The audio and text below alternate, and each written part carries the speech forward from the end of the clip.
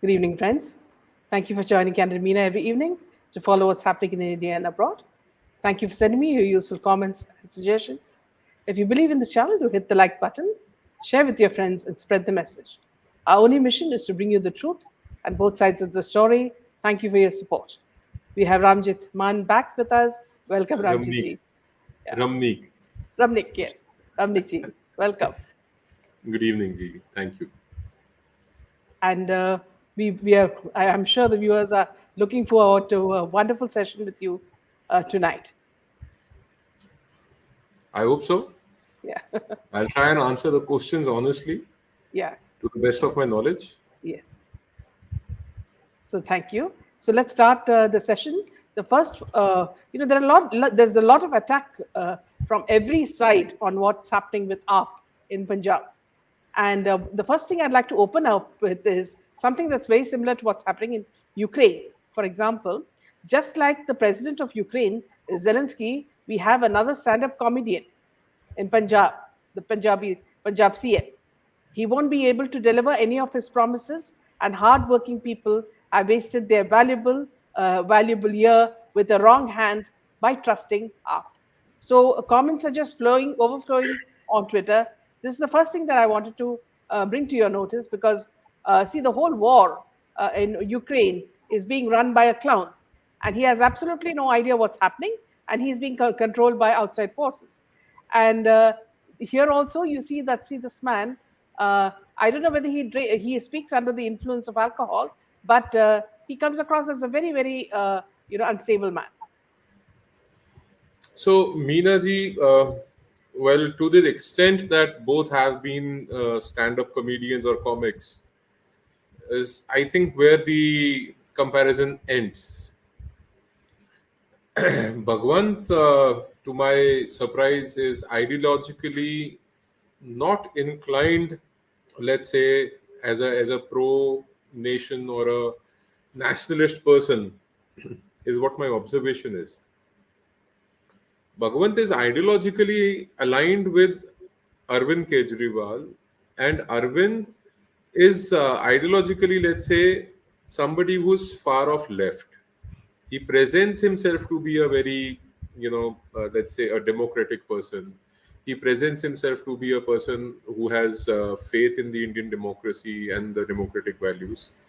But whatever he's delivered in the last, let's say, 7 8 years of his political existence has been full of deceit and lies. So this is how it has been for, let's say, Arvind and his brand of politics. He started off with lies, and he's going every time he goes a notch up. He whenever you think this is probably the lowest that somebody could fall, he would again set a new bar of falling low. That is only one part of how I look at the comparison. The other comparison being that Bhagwant does not have anything to do with the national security apparatus. He is unfortunately the chief minister of a border state, which is a sensitive state, a state which had contributed immensely in the farmers' protests, and a state which has been in turbulent times, which has seen a lot of turmoil, a lot of devastation, destruction, which has probably still has those, if I may use the word, bacteria for separatism. And he's trying to only fan the fire further, and he wants more such people, more such ideas, or people with inclined to such ideology to move forward. See, within the democratic setup, what they have been doing is they've been making false promises right from Delhi to Punjab. They have been promoting anarchists, and they have been promoting people who believe in violence. And communism, in any case, believes in violence. And if you can Google this, and you can actually try and correlate with a lot of books which have been written on communism. Communism as an ideology has taken more human lives than all world wars put together. So They have utter disregard for human life. They have utter disregard for peace, harmony, tranquility in the society. Their only motive is to rule, number one. Number two, they don't believe, the communists don't believe in national boundaries or borders. They have an ideology which they follow, and they believe in their ideology. Anybody who believes in a similar ideology, to them is, is comrade in arms or comrade or friend. So this is how things have been going. As far as Bhagwant is concerned, well, discussing Pathankot in the assembly, or passing a resolution about Chandigarh, or talking about how the management of BBMB would go forward, or how the employees of Chandigarh administration would be at par or would receive the benefits of a central government employee, or in days and times to come when they would start discussing about the IPS and IAS officers who actually rule, or who, in the sense, not literally rule, but who are a major part of the administrative setup. He would show his discontent and he would want his handpicked people to be at the helm of affairs.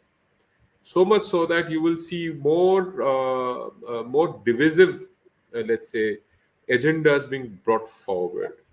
Discussing about Pathankot and saying that I went to Rajnath Singh and told him that I'll pay you from my MP lad, that is Member of Parliament Local Area Development Fund, MP lad fund. But you have to put it in writing that Punjab is not a part of India. So this, I don't know how many people noticed this, but this one line, which he said with such an ease, and he forgot to mention that it was the CAPF, Central Armed Police Forces, and not the army, as mentioned by him. Defense services are not chargeable, but CAPF are chargeable, and every state pays for it. He was only a MP. Why would ever a letter be addressed to him? Why would the letter go to him? And why would he respond? So there are a lot of things that been pointing in a certain direction. Arvind's ideology, him trying to laugh away and to deny the genocide and the exodus of Kashmiri Pandits, him under his nose and his party cadre planning and plotting the CAA protests in collaboration with other extremist and separatist organizations. His own MLAs and his own councillors being active participants and orchestrating those events where several people were killed. His absolute disastrous handling of the COVID situation in Delhi, everything that these people do is with an agenda to create disgust, disgruntlement, distrust, and anger against the established laws and norms of the country, especially or specifically, if I may mention, that their target has been the current central dispensation. So they've always tried to uh, bring about, let's say, a emotion inside people and then charge people emotionally against the nation state. So this has been his way of working, and there is no doubt that these people are liars and they can lie through their teeth on the floor of the assembly. They can show what their respect and regard is for the constitution when their member of parliaments behave in a certain manner in the Rajya Sabha, and how they act in Punjab Vidhan Sabha, and their actions will come out in days and months to come for everybody to see and form an opinion about them. Absolutely. So the first U-turn of AAP in Punjab, AAP government of Punjab has broken its promise to provide 300 units of free electricity. In Delhi, we have seen over 100 U-turns, which we call the Kejriwal files. U-turn on alliance with the Congress, U-turn on schools, U-turn on Yamuna, so etc. Now, see, Kejriwal is famously known as the U-turn man. So here they've already started, even before they've started even ruling, they've started taking U-turns again. So somebody whose basic ABCD of politics begins with avoid, bypass, confuse, and divert. Him taking U-turns on a regular basis is something which comes to him very naturally. So I don't see anything unnatural in his conduct, whether it is in Delhi or in Punjab, or now the way he is trying to project himself as a reformer in Gujarat. I don't think Gujaratis are going to fall for his false promises. Uttarakhandis have been wise. They have rejected him. UP, absolute wash for Aam Aadmi Party. Goa, they wanted to make a cut. They wanted to you try and bring about a sense of disgust in the people of Goa. But the Goans have proved themselves to be wise. I am sure that it was only Punjabis, we have a habit of trying anything new, even if it's poison. So you would try and see, how it tastes, bitter, sour, sweet, how. So I think we deserve this, as a matter of fact. We deserve him for next 5 years. And well, let us open our eyes and let's not get carried away with the kind of mind games Arvind and his comrades are in a, let's say they have abhyas hai unko, they are experienced in playing that. So let's see them through this time. And of course, it was a massive political vacuum in Punjab, which they could capitalize on. And I have said it before, and I'll say it again. They have been able to capitalize on the political vacuum where BJP has not been a credible alternative. Uttarakhand, Goa, Manipur, and UP. So this is a fair assessment. This one state out of five going to Aam Aadmi Party. As a matter of fact, uh, Colonel Khanduri, no, yeah. So their Aam Aadmi Party chief ministerial candidate in Uttarakhand, he lost his deposit. He could barely manage about 3,500, 4,000 votes. So that is how people have rejected them. So ये सारा anarchy का post farmers protest, how they could capitalize on the people's sentiment, how they charged people up against the central dispensation, how they could, if you remember clearly in 2017, he blamed the same Amritsar East candidate from Shiromani Akali Dal, Bikramjit Singh Majithia, to be a drug trader. And then he tendered an apology because he had nothing to back his claims.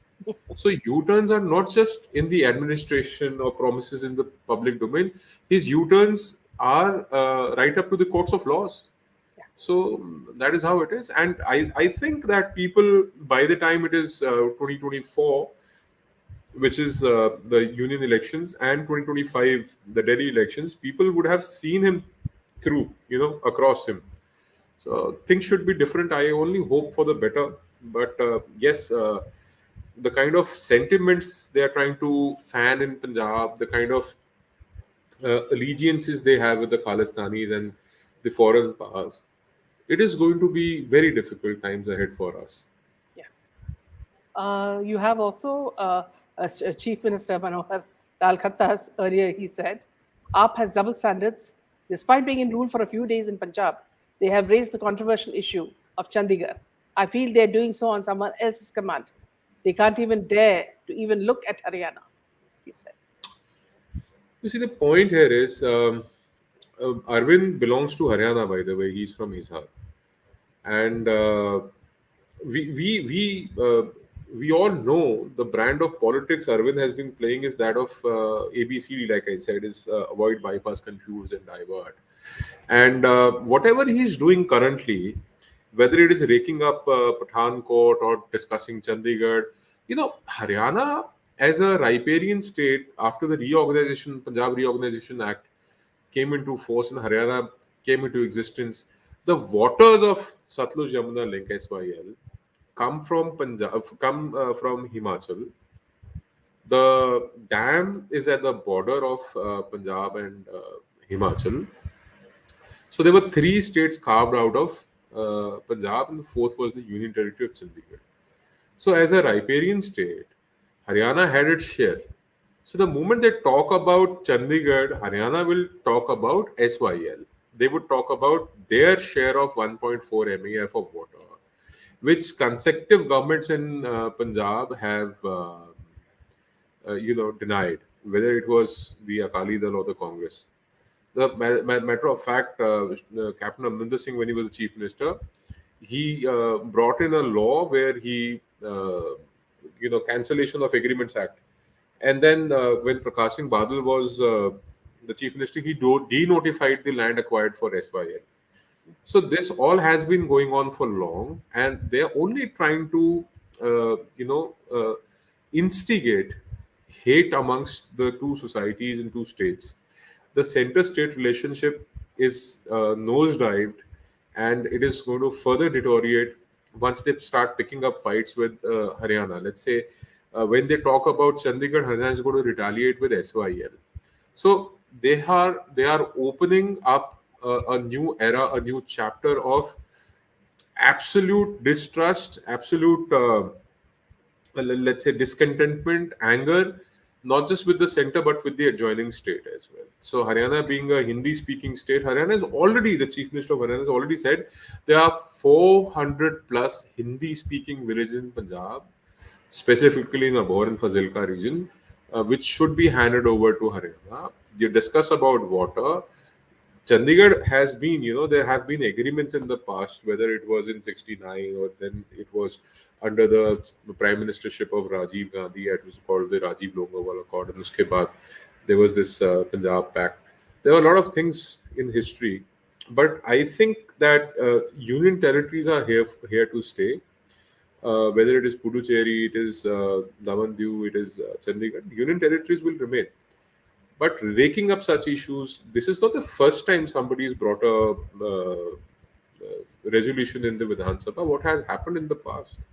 So you can contest it the way you contested SYL in the Supreme Court. You can contest if you feel that you have sufficient legal grounds. But, bringing something up in the Vidhan Sabha and not taking it to the logical conclusion is merely an eyewash. He's going to question the presence of CAPF because he started with this, no? He started with the Central Armed Police Forces billing to Punjab for a certain event. It was 11 CRPF and 9 companies of BSF, 11 companies of CRPF for about 25, 26 days.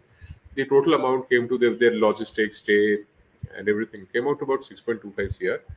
And states have been paying that in the past. So uh, he is now going to question the BSF. He's going to question. See, Arvind has gone to the extent of questioning the Delhi police Butler House encounter. He has gone to the extent of questioning the Balakot airstrikes and the Uri retaliation. He has gone to the extent of discussing Pulwama and who's behind Pulwama. So now Bhagwant is following suit and discussing what had happened at Thankot and how army, not the CAPF, uh, was billed to Punjab and to him specifically that he had a letter and then he went with another MLA to the then Home Minister. So this is he's disregarded. He's actually said that this movie Kashmir Files is a bundle of lies. It's a false movie. It's a propaganda movie. So you can always see through him. I don't know why people can't see through him or why it has been so difficult for social media influencers or for people in the media or in the public domain to actually expose him. I had only yesterday posted a video of Arvind where he was in an interview with Arnab. Arnab was in Times Now then, saying that I would never contest election, I would never hold a position, and he's taken an absolute U-turn. So I mean, there are so many incidents. There's so many incidents. Punjabi ਕਹਿੰਦੇ ਵੀ ਜਿਹੜਾ ਬੰਦਾ ਜ਼ੁਬਾਨ ਦਾ ਨਹੀਂ ਉਹ ਬੰਦਾ ਬੰਦਾ ਨਹੀਂ ਹੈ. If you don't have, if you can't keep your words, you're not a man. तो जो बंदा जुबान का ही नहीं है, जिसकी जुबान ही Yeah, नहीं है, तो उस पर क्या विश्वास absolutely. करोगे? You can't trust a man who doesn't have a, word. और आपको खुद अपनी जुबान की कीमत रखनी पड़ती है. Uh, when you give your word to somebody, it is you. The onus is upon you to keep your word. Nobody else would come and keep your word. ये तो आपकी अपनी खुद की जिम्मेवारी है. या तो आप उतनी बड़ी बातें मत करो ना. पहले कहते हैं चुनाव नहीं लड़ेंगे, फिर चुनाव लड़े, फिर बोलते हैं 1,000 रुपए महिलाओं को देंगे, that you're not able to give. Then you say 300 units of electricity will be free, that you're not able to give. Then you say we will make Delhi a advanced, let's say a state, and then you can't even clean Yamuna, and then you go to Gujarat and you have the guts to say कि we have reformed Delhi, we'll reform Gujarat. भाई आप यमुना ही साफ कर लो, आप एक नदी से शुरू कर लो ना. Let's start with that. बिजली नहीं आपने फ्री देनी है, मीटर क्यों लगाए हैं आपने? पानी फ्री देना है, आप उखाड़ के मीटर फेंक दीजिए, कहिए कि आप जितनी मर्जी बिजली इस्तेमाल करो. That's what I speak. No means is no laughing matter. As a matter of fact Rohingya बस्तियों में the electricity meters they provided are not being paid for. लगा क्यों रखे अगर आपने पैसे नहीं लेने और आपने बिजली भी नहीं काटनी? आपने टैंकरों में भर भर के वहां पे रोज दिल्ली जल बोर्ड से पानी डिलीवर करना है. दिल्ली जल board had about 400-500 crores in fixed deposits. It was a profit-making organization. Today, Delhi Jal Board is about 27,000 to 3,000, 27,000 to 30,000 crores debt, net debt. As a matter of fact, the CAG has taken a cognizance that this freebie politics is putting a massive debt on the state exchequer. It is not healthy. It's not healthy for any state economy or for the national economy for that matter to give away freebies. You don't want to create a Caracas in Delhi, right? So you don't want India to turn into Venezuela. So you really need to keep your fiscal, let's say, discipline correct. So there are several things. Chaliye. See, what you said just now, Ramnikji, see, is very similar to what Nawab Malik is doing in Maharashtra. Because, see, you said Rohingyas are giving free electricity.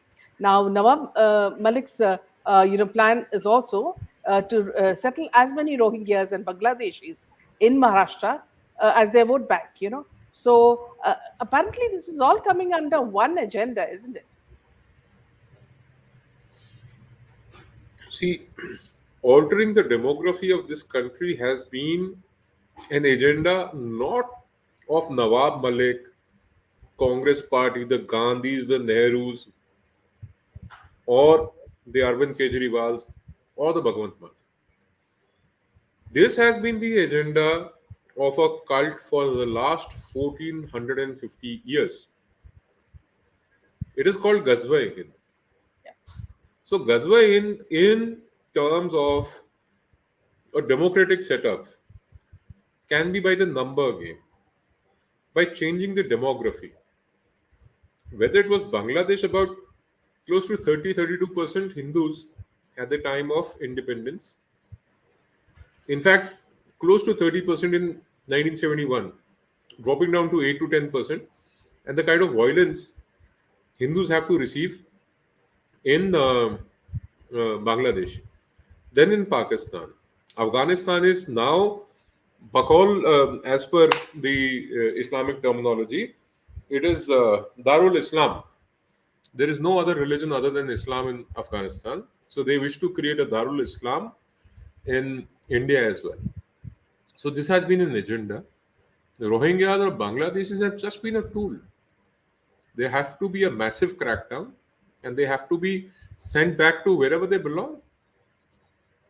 We don't have any other, let's say, Hindu nation in the world. Even Nepal fell for the communist mindset under the influence of the Chinese.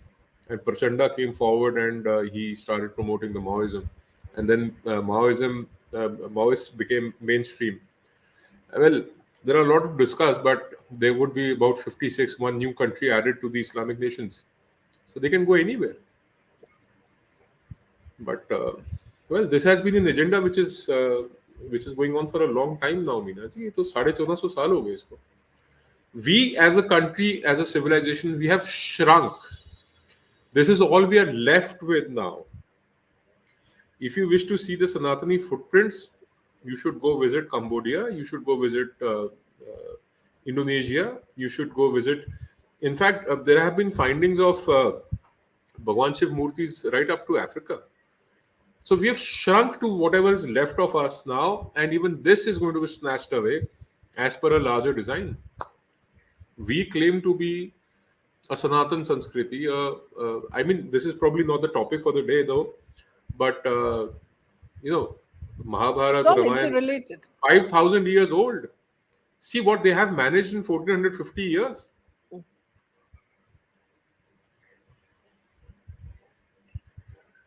Now they're also doing other things like, AAP has transferred Punjab SP Dhruman Nimbale, who was famous for taking on the sand mafia, very honest officer.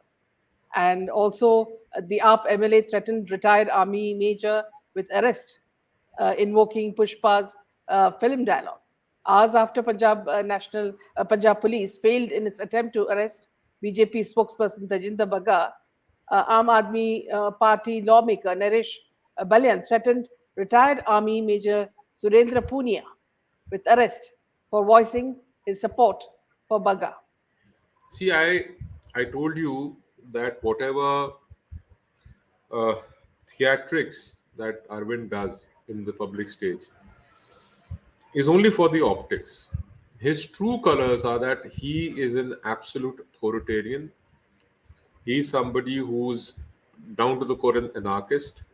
He would try and create a situation where people will be angry, they will be emotionally charged against the center.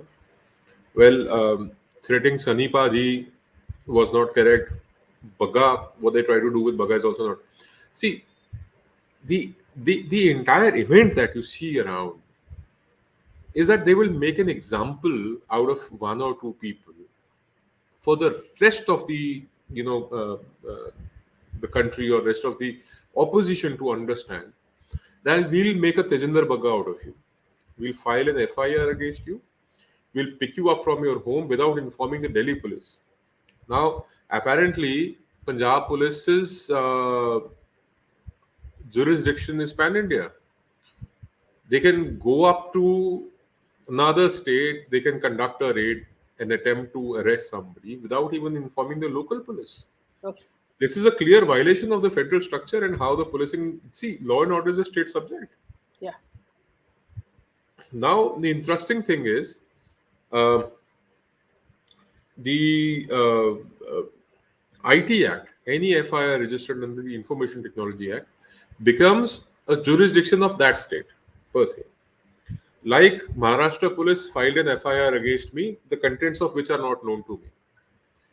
It becomes a jurisdiction of that state. If I have to take a bail, I have to go to Maharashtra to get bail.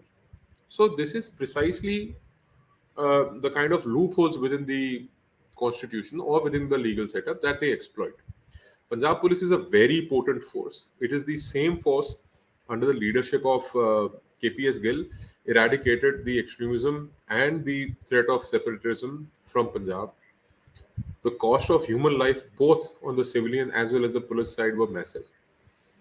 We don't want to see a repeat of such scenario that you would again get into those dark days of militancy and those terrorism, and then you would say, see targeted killing of people. An example that you can take from the recent times is that whenever, uh, why whenever, uh, in fact, what had happened recently was certain vehicles from Punjab carrying Khalisani flags or flags or stickers of Jarnail Singh Bhindranwala were stopped inside Himachal. The stickers and the flags were removed and then allowed to go in. In retaliation, कुछ इंतहा पसंद लोगों ने, some people with a separatist mindset, were on ground. They stopped every yellow plate vehicle entering entering Punjab from Himachal, and they did not allow them to go through. And all of this was done under the chief ministership of Bhagwant Mann. And there has been no FIR, there has been no, let us say, uh, action against such people. This is a clear violation of a federal structure. When you instill fear amongst the people of an adjoining state entering into your state, and you see the state machinery, the police, the legal setup being paralyzed, so that is when you know that things are not going in the correct direction. Yeah.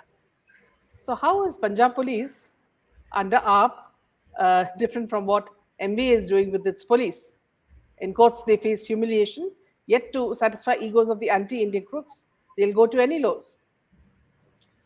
So, see, the point is, like I said before, Punjab police is a very potent force.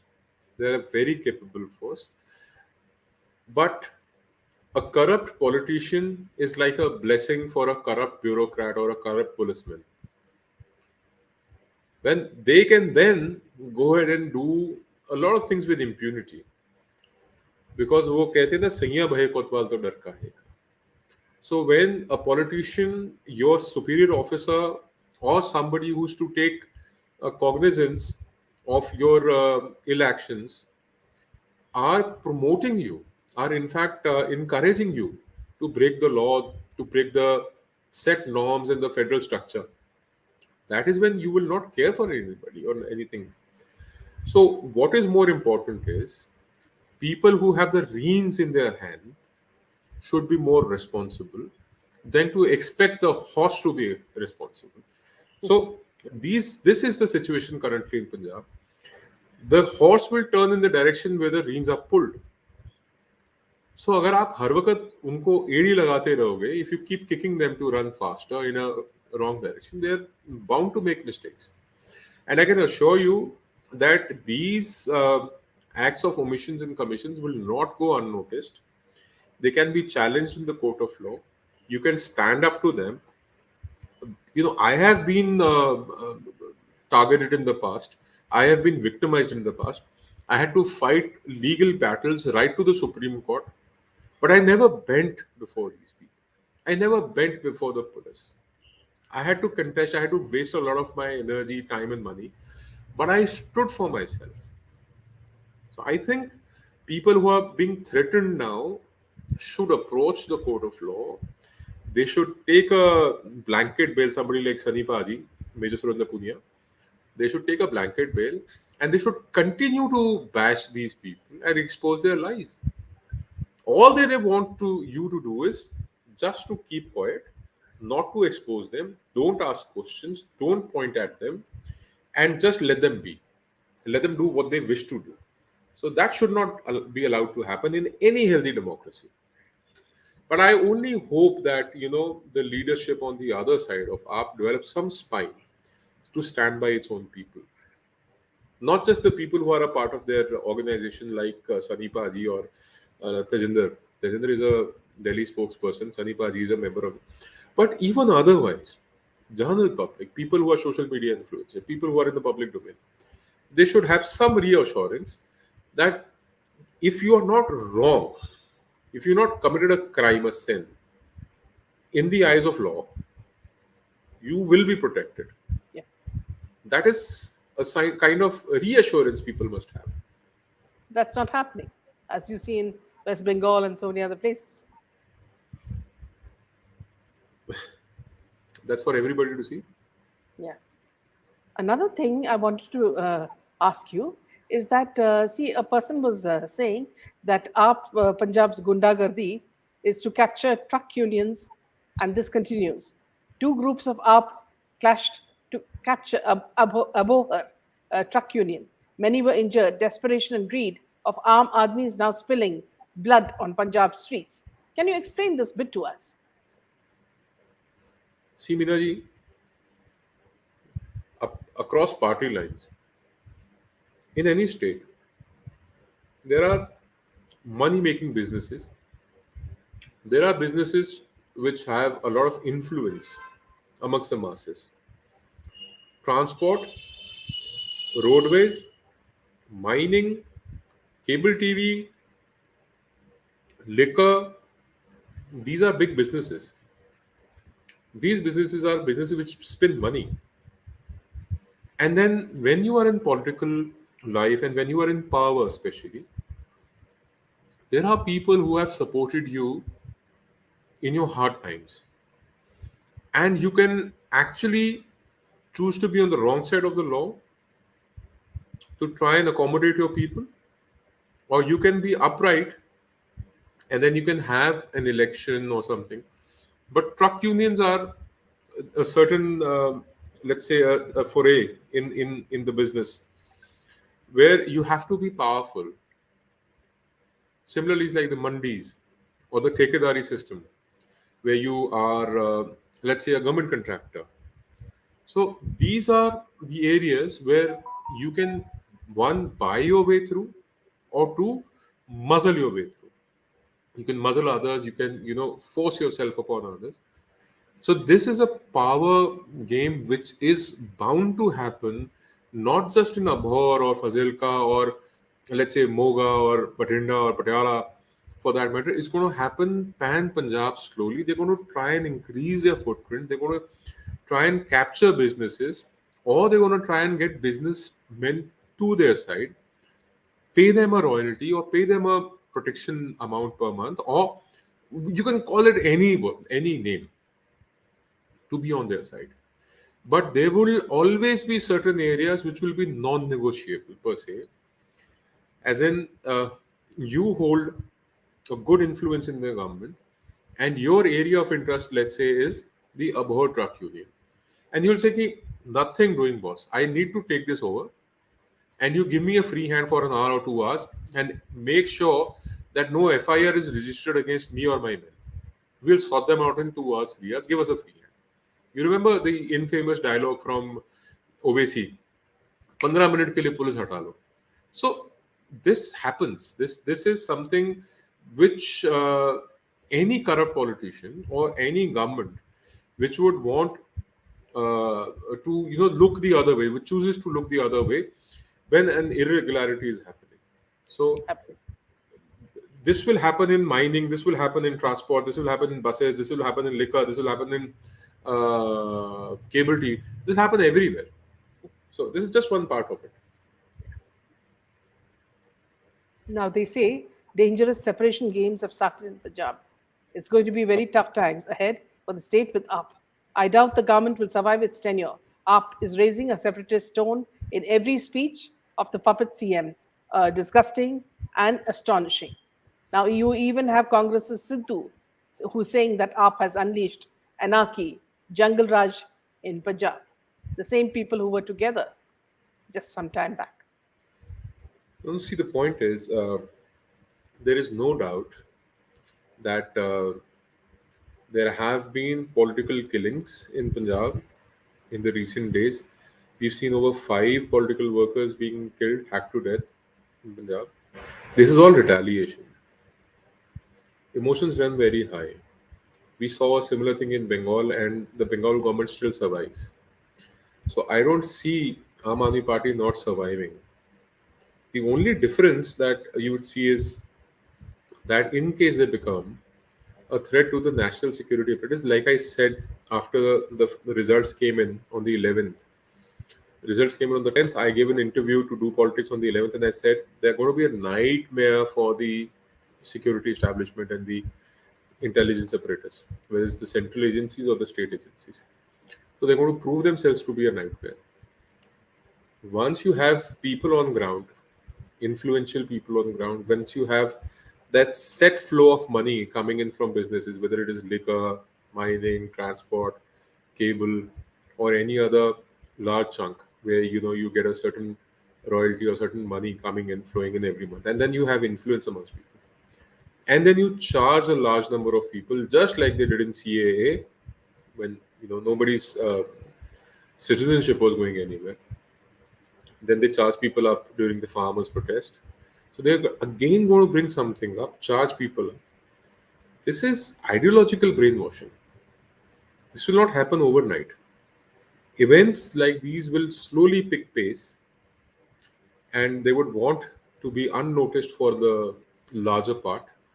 And eventually, by the Well said. time it is too late, that is when general public will start to realize. I am sure, Yeah, and it's I exactly am what is very happening. sure that the security apparatus and the security establishment, are aware of what is going on, what is going to happen. I'm sure they have their ways of finding out. But in a democratic setup, where law and order is a straight subject, you can't do much about it. It is only the public opinion which can shape or change the governments. So you will have to really create that kind of a public opinion against their anarchy, against their misrule, against their wrong policies, against who they really are on the inside. Yeah. When you can actually see, or you can actually you make the central government let's say capable of acting. I don't see anything happening before that. I don't see What anything happening. yeah, what you have said is so brilliant, because see, this is exactly what's happening.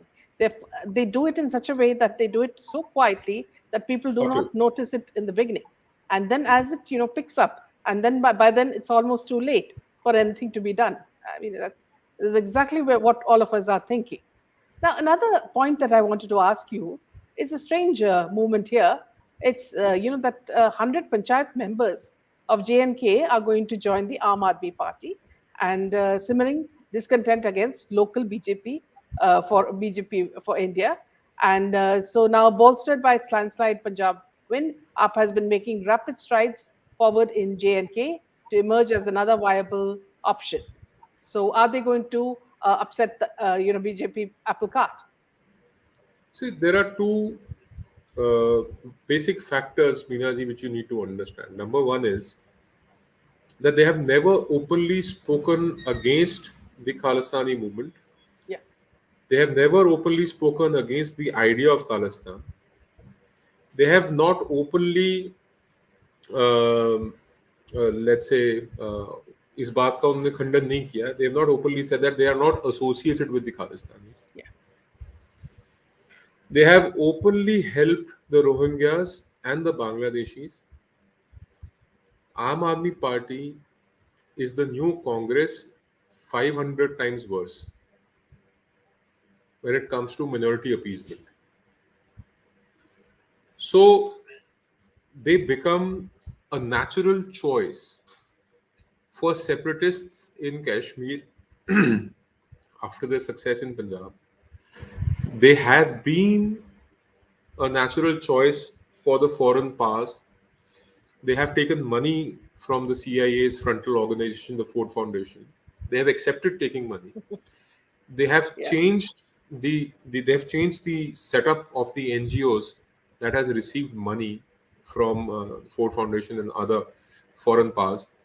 That was a So question that I was going to ask you. Yeah, yeah, so the point is that when you are a credible alternative to the Congress, you are a credible alternative to the JKLF, you are a credible alternative, ideologically speaking, to any major separatist movement in J&K, yeah.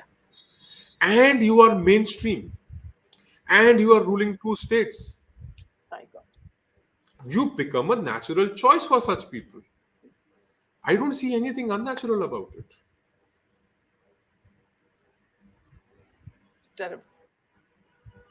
Can you tell me what was the recent, hangama they created when they said that the BJP is trying to kill AK Kejriwal?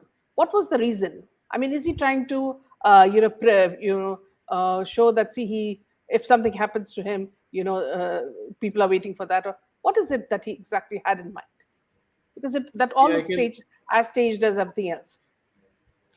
see. I can tell you of this that nothing is going to happen to him to begin with. If it had to happen, it would have happened by now.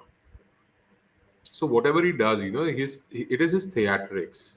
Yeah, ये सब उसकी ड्रामेबाजी है. He is trying to project or present to a certain audience, a certain gallery he's addressing to. So ये उन लोगों के लिए है कि जी देखो बीजेपी मुझे मारना चाहती है. And there is nothing more to it. It is pure theatrics. इससे आगे कुछ भी नहीं है. And देखो क्या है कि somebody like him is a favorite of the Western media. He's a favorite for the Western enemy that we have. He's a favorite of the northern enemy that we have.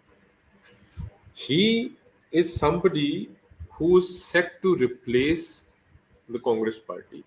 Mamta would have, because Mamta does not now know how to speak Hindi well, so she probably may not be able to make the cut. But with Arvind, he is somebody that the foreign powers or the regime change gang or the people or the ideologies who believe in the balkanization of India would bet on. He's their best bet as of now. That's how I look at it, Ji. See, Abhijit Iyer is quite a critic of various things. So, what he recently said is that what's happening in Punjab, shockingly irresponsible behavior that's going to lead to an insurgency in 2 to 3 years. That may actually happen a little quicker Yeah. than 2 to 3 years. That will happen quicker. And Abhijit is saying what he said today, but this is what I have been shouting my lungs out for years now. That since 2017, the last 5 years, that these people are a threat to the stability, peace, harmony of the state, and the unity and integrity of India. So this is as simple as that. And they will charge people emotionally against the nation state. And like I said, they have utter disregard for human life. There'll be a lot of people killing people, like you saw in Delhi. There's going to be a major demographic change in Punjab. You will see a lot of halal shops, and you will see a lot of small masjids coming up. You will see a non-stop promotion of the sorry, but this missionaries, big Yeah. time conversion industry in Punjab. So this will all happen unless the center kicks in. But I don't see that happening because constitutionally they cannot. They cannot.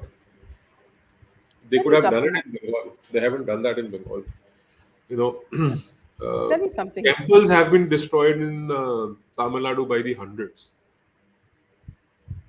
and temple lands have been occupied by thousands of acres in the south. Not just a few acres. Collectively put, thousands of acres of temple lands have been occupied. Government of the state governments control the major temples. So the money coming in from there is siphoned off, and I don't know. I mean, there's a lot of misappropriation happening. Yeah. It doesn't stop. It just doesn't stop. Yeah. Another thing I wanted to ask you is, see, as a Sikh, I mean, uh, you consider certain symbols very important, as in Kesh, your, the dagger and such and such. Now, this chief minister doesn't have hair, and he wears a pagadi. So, isn't that itself a hypocrisy? See, what is more important is that you be a true Indian first, and then you be a good human being. And for a chief minister, I feel you have to be a good administrator. I don't even want to discuss the religion aspect because Yogi ji is a good administrator. His religion is different from mine. Culturally, we are one. So, I mean, Bhagwant Man is Man, I am also Man. So, my point is, it's not about the religion, not even about the caste or the surname. It's about how good an administrator you are. How do No, you do no, here, justice to no, the I want to mandate of here the I want people? to just maybe just correct what I said again. See, till now he didn't wear a pagadi. He was roaming around without a pagadi. Only when there is something political, he wears a pagadi. So that's what I mean. See, well, symbolism is something which is very, let's say, common in politics. And when he joined mainstream politics, he started tying a turban there. He was not tying a turban before. But when you restrict yourself to the aspect of Sikhi, so Sikhi is a religion which is a very modern religion. Where I can go on about the five Panchkakas, that is Kanga, Kesh, Kada, Kirpan, Kashera. So these are five kakas, but also Panch Baniya da part karna to see. You have to be there is a rayat and maryada. There's a certain way of life which you need to follow. But also, So did it not stem from the fact that since you had long hair, it was difficult to maintain it, so you had to have this pagadi to hold it together? नहीं, वो अलग है. देखो, Ah, we're not going into the we're not going to the merits of what understood. is good and why Understood. is what. Yeah, just I'm My talking point about is, I will just periphery. stick myself to the political aspect of it because religious aspect is very different. Yeah. So I'll say, in terms of when you try and measure somebody on Sikhi per se, I'd say Captain Amrinder Singh will fail. I'd say Bhagwant Mann fails badly.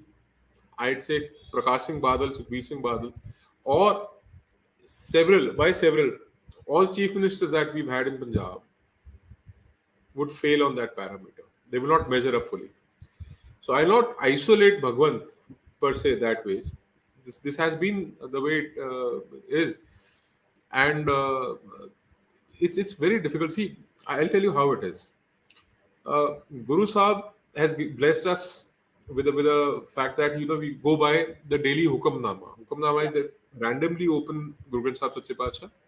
They pick up a verse and that is your daily Hukamnama. Apart from that, Guru Sahib also has given us um 56 Hukamnamas.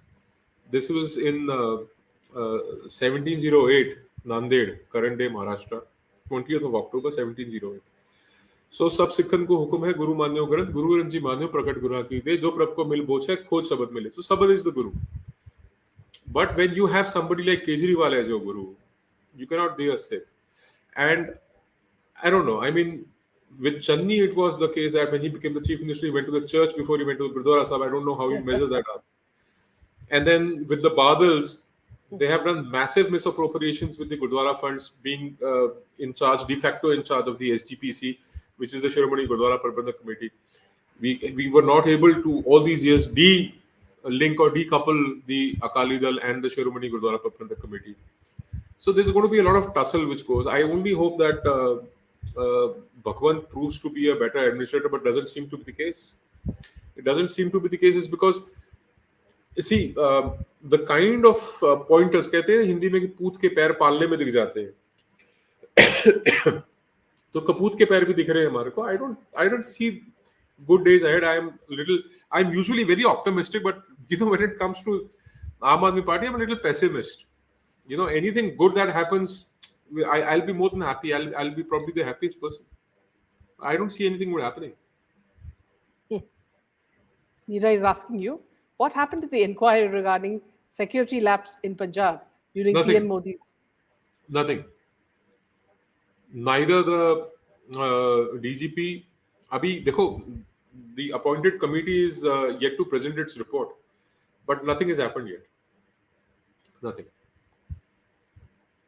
Maya is asking you, is the recent intrusion into Gorakhnath Mandir by a sword wielding IIT engineer shouting Allah Akbar, injuring 2 policemen, a threat to Yogi ji? So what's new? Osama bin Laden was also an engineer. So this Al Zawahiri is a doctor. So what happens? What's new? Yes, it's a threat to not just Yogi ji, it's a threat for every nationalist. See, I told you a little while earlier, this has been going on for 1450 years. Yeah. And this will continue to happen. This will continue to happen. I mean, I was the other evening listening to Hemant Biswa Sarma's interview that he's shut down 700 madrasas and he wants people to become doctors and engineers. This is what they do. End of the day, this is what they do.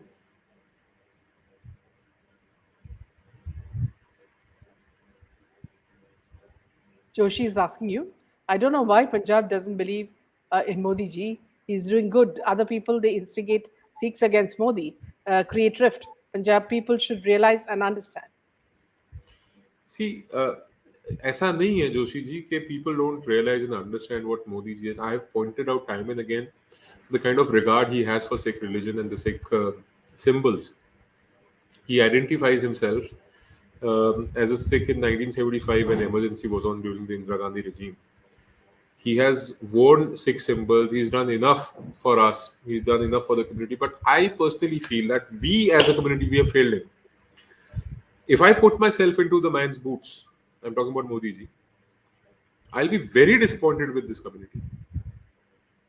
Because जितना इन्होंने किया उतना अगर किसी और ने किया होता Even if Manmohan Singh would have done so much, no, we would have considered him at par with a saint. But there is not sufficient, let's say, prachar about what he has done. There's not sufficient prachar. And I personally feel that BJP as a political entity in Punjab needs to change its setup, its approach, its, let's say, office bearers inside Punjab before you can start making a cut, start making a difference in the mindset of people or how people view BJP in Punjab. So there is a long road ahead, and it is for them to do what they do. We can only suggest, we can only tell. That too only when asked. Yeah. Rex is asking you, what mechanisms are there for common people to fight against these criminally used government machinery? One, you have your right to vote. You will have your first opportunity in 2024. Your second opportunity will come in 2027. Meanwhile, you can always approach the court. You can always fight out like I have been fighting out, and try and be more immune. Or you can keep quiet and take whatever comes to you. Maya is asking you, what is Kejri and Mann's motive in demanding Chandigarh be returned to Punjab just after Shah said that employees of union territories, including Chandigarh, will have central government salary scales? Not just salary scales. There's a lot. There's a lot of agenda. They can be transferred out to another. He should actually build a separate cadre for UT. So, Chandigarh being a very small union territory, if there is a officer which is not performing, so you'll have to probably adjust him somewhere else. You can't get a better person from outside. Now that will be possible. Number two, like I said, to create anger and disgust and disgruntlement against the central government by repeatedly harping on this issue that देखो जी हमारा हक मार लिया, हमारा हक है, Chandigarh is our right, this is our right, that is our right. Everything is a birthright. It's a matter of right. But being responsible and acting as per the late constitutional provisions and respecting the federal structure is not their responsibility. So it is only a part of their ABCD. They're avoiding, bypassing, confusing, diverting. They're diverting attention. They're trying to charge people in a different way. You ask people of Chandigarh whether they wish to join Aam Aadmi Party's Punjab, or they wish to join Punjab, or they wish to remain a separate and individual entity under the union government. You will find an emphatic yes. You will find a resounding mandate from the people of Chandigarh that they wish to remain a union territory and not want to join the state of Punjab. Rex is asking, if the Khalistanis were brought back, then even TADA can also be brought back. See, again, law and order is a state subject. You bring in any harsh law, if the police is not going to book people under that law, what's the point bringing it? You can bring any law. Yes, that's correct. BJP's association with Sharmani Khalida.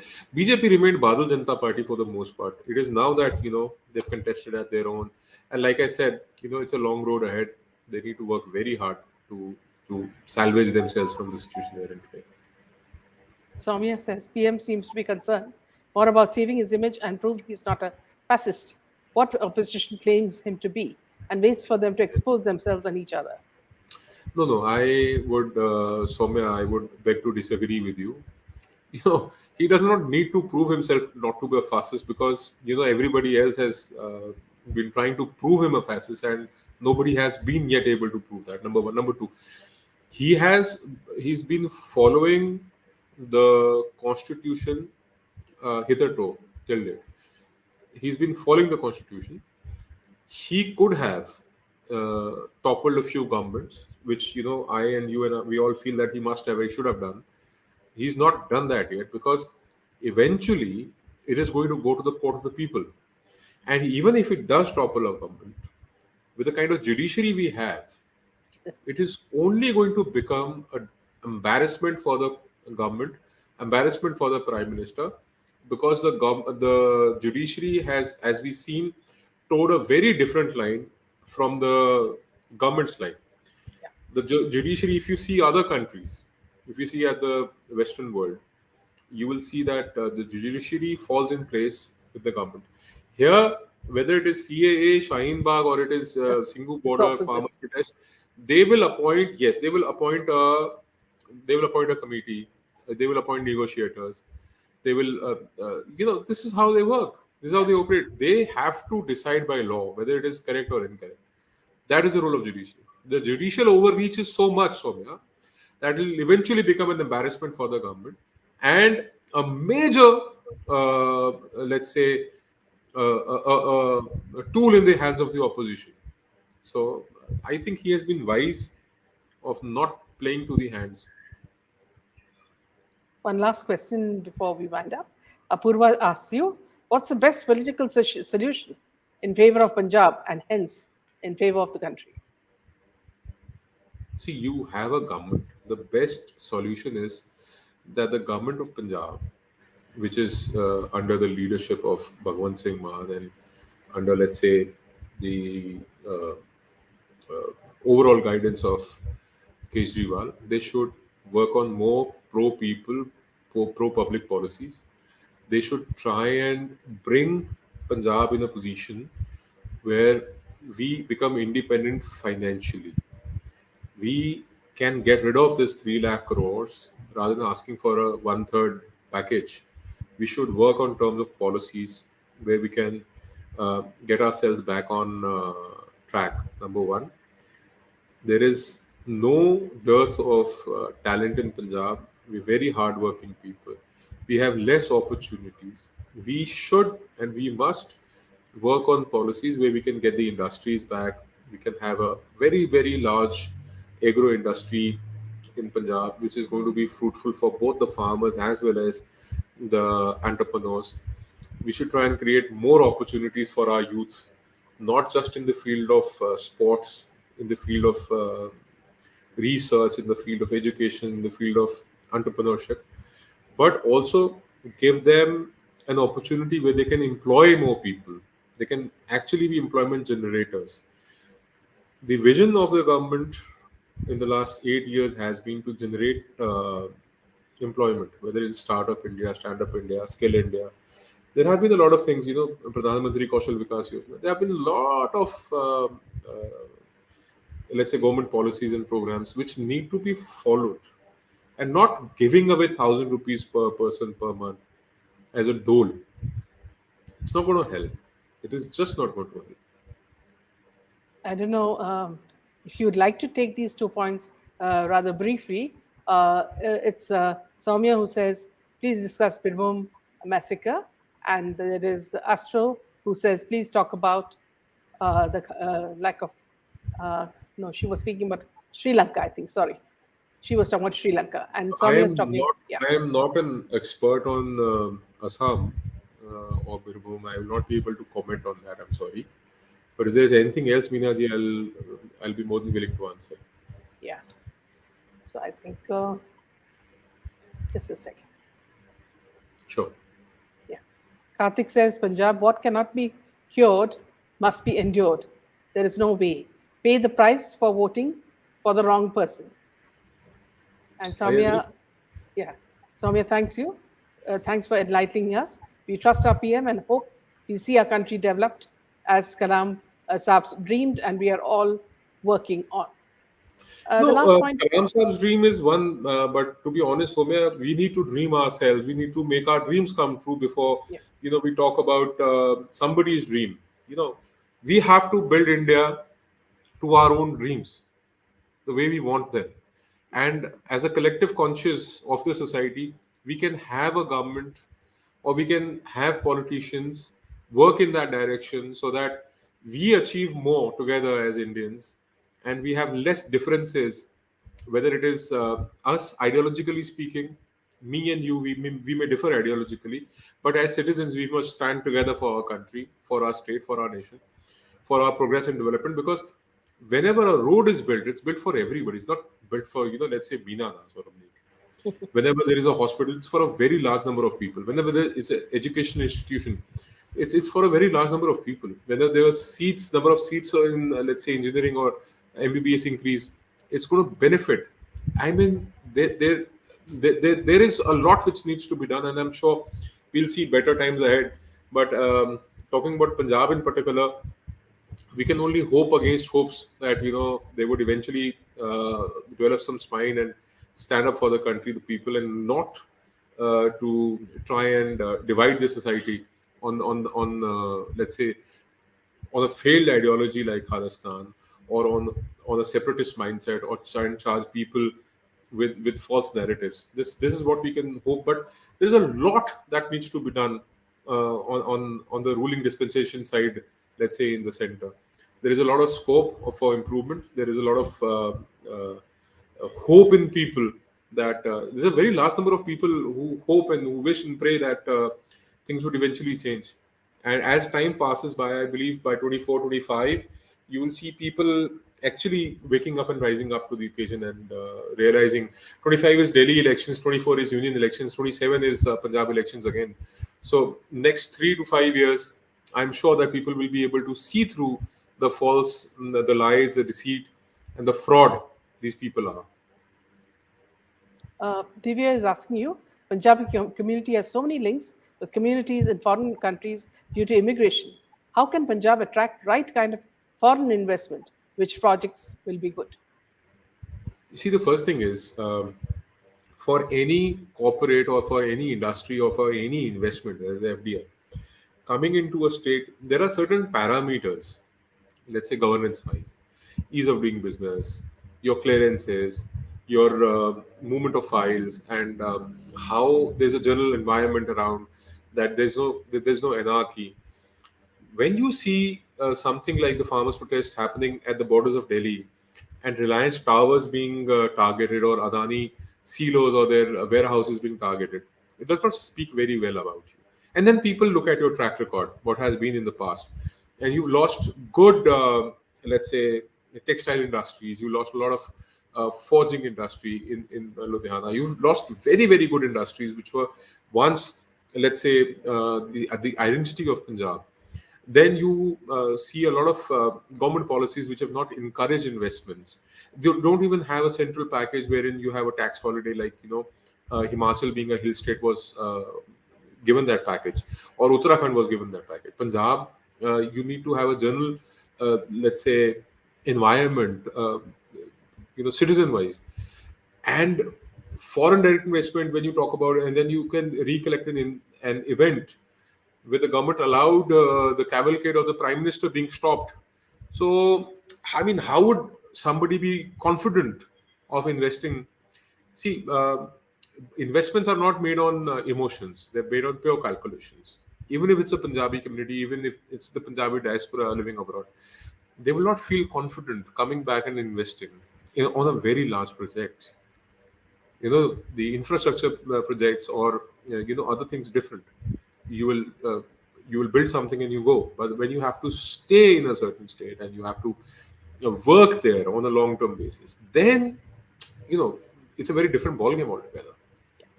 You're getting a lot of compliments. So be a Hindu says, very sane and constructive comments, Ramnik ji. Such words must seep into young minds. There are many who fill venom into young minds.